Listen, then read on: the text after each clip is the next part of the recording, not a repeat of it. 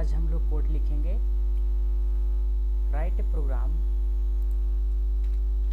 To create 1D array where value is input by user at run time in the program।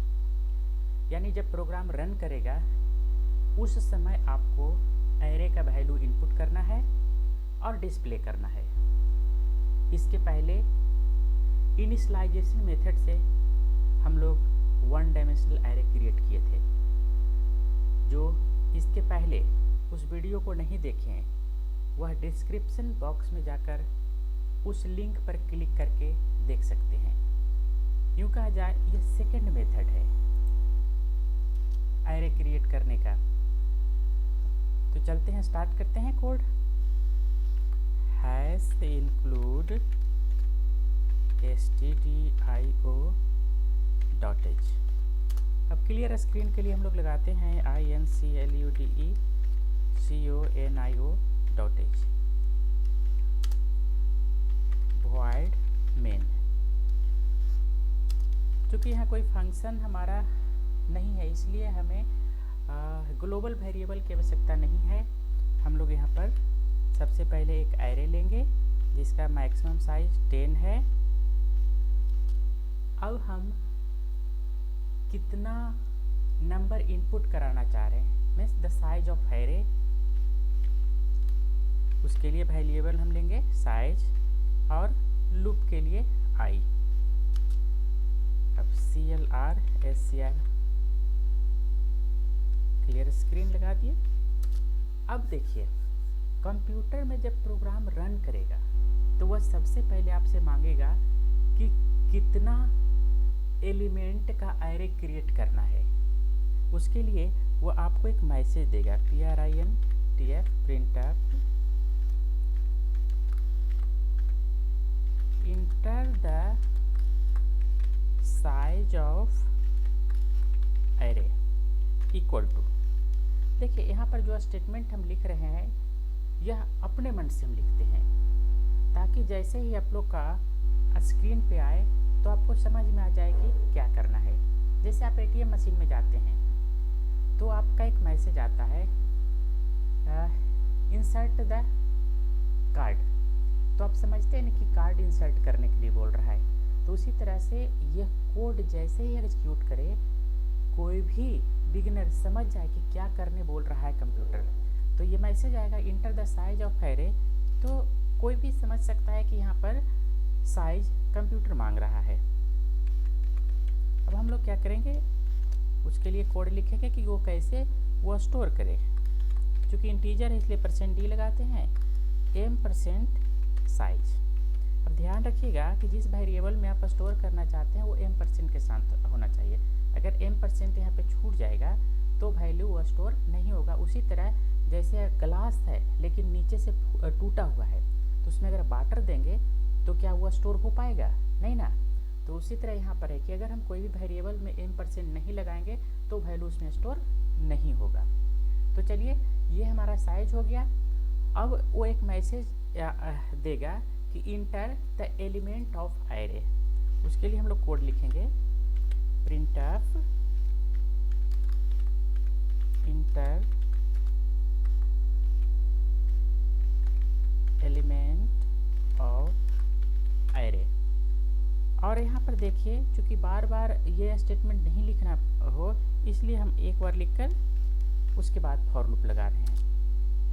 For i equal to 0 i less than size i plus plus. अब देखिए यहाँ पर से दो तरह से आप लोग यहाँ पर लिख सकते हैं। एक तो वो साइज के लोकेशन के साथ पूछे या फिर डायरेक्ट वैल्यू पूछे। तो लोकेशन के साथ पूछने से ना वो ज़्यादा अच्छा होगा। तो हम लोग यहाँ पे क्या करते हैं कि वो लोकेशन भी बताए कि जो हम वैल्यू देंगे किस पोजीशन पर वो इंसर्ट होगा।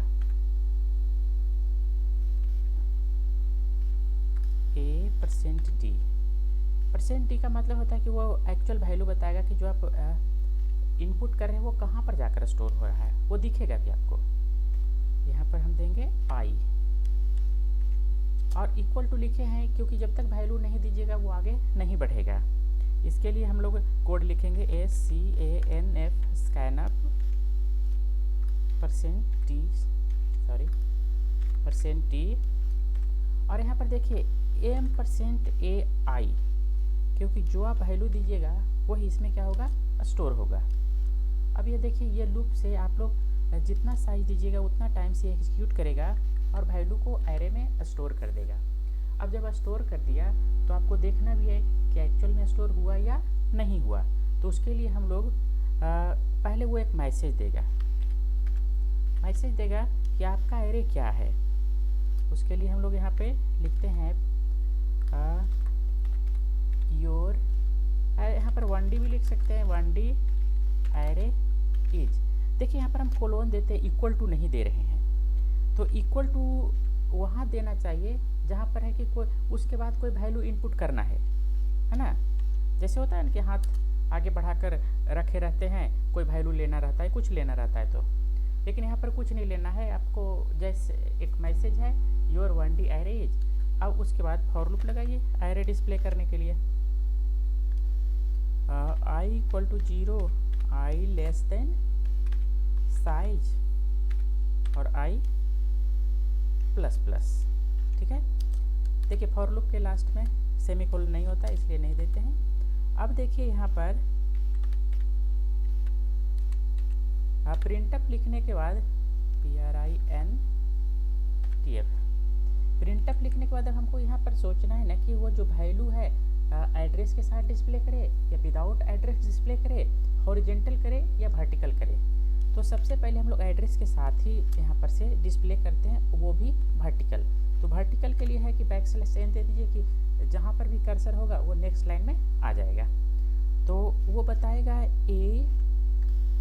%d, ये बताएगा कि A0 पे आप क्या दिए थे, और %d ये जो भी लिखे ये बताएगा कि उस पर वैल्यू क्या है।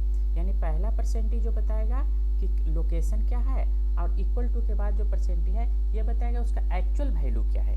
राइट, अब चलिए लोकेशन के लिए हम लोग i लेते हैं और एक्चुअल वैल्यू के लिए AI लेंगे क्योंकि उसी में स्टोर है। अब देखिए चूँकि हम \n ऊपर n दे दिए हैं इसलिए नीचे देने की आवश्यकता नहीं है, क्योंकि पहला प्रोग्राम में हम दिए थे। तो अब यहाँ पर से हमारा प्रोग्राम्स कंप्लीट हो गया।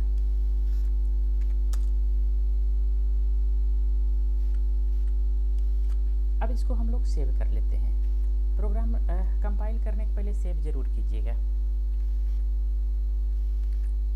अब देखिए यहाँ पर हमारा कोई भी एरर नहीं था, ये इसलिए ये रन करिए। अब का देखिए हम अगर यहाँ पर लिखें enter the size of array, तो आप या कोई भी इस कोड को एग्जीक्यूट करेगा तो वो समझ जाएगा कि ये साइज मांग रहा है। तो मान लेते हैं कि यहाँ पर हम 3 देते हैं, तो 3 दिए।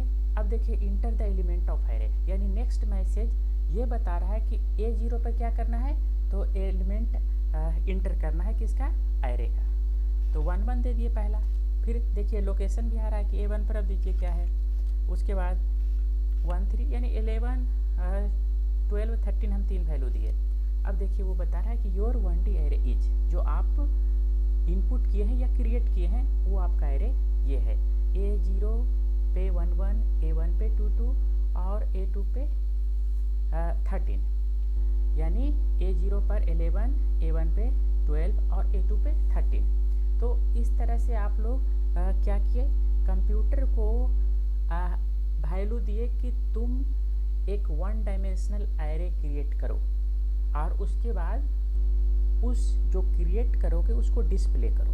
यही क्वेश्चन है। यानी जैसे हम किसी बच्चे को समझाते हैं कि 5 ऑब्जेक्ट्स दिए और उसके बाद हम पूछते हैं एक एक करके, अगर वो सही और डिस्प्ले कर देता है इसका मतलब समझते हैं कि वो मेरी बात को समझ गया।